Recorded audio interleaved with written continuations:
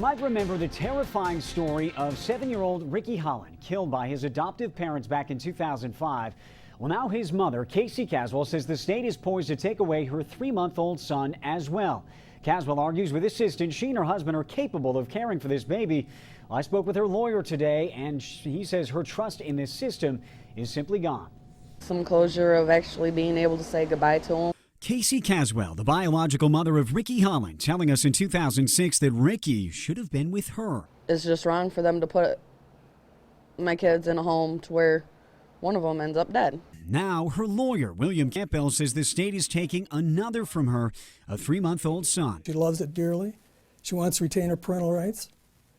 And we're going to fight this thing vigorously. Caswell says Caswell is fighting the issue in court, admitting that she and her husband are homeless, but that with some help, they could provide for the child. They are doting parents to this baby, and they want to do the right thing. Caswell, then just 19, turned Ricky into the state when he was 3 years old. At 7, he went missing, touching off a national media storm and search for Ricky.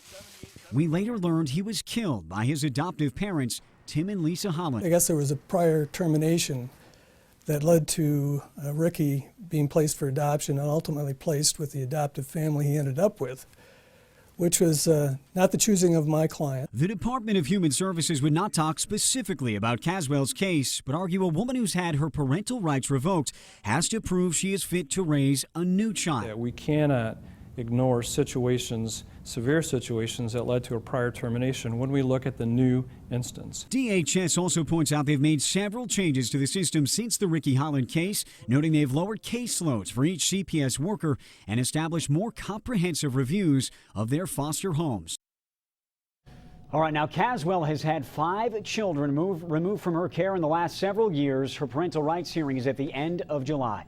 Meantime, Lisa Holland, Ricky's adoptive mother, is serving a life sentence for his murder. She has 0 chance of parole. She's behind bars at the Women's Huron Valley Correctional Facility in Ypsilanti. Tim Holland might be getting out of jail in his lifetime. He is serving a 30 to 60-year sentence at the Oaks Correctional Facility in Manistee. His earliest release date is January of 2036.